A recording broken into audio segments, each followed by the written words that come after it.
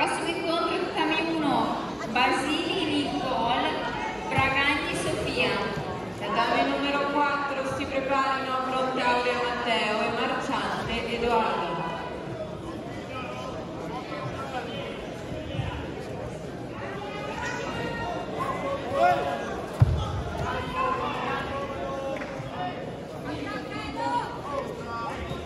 Concentrato,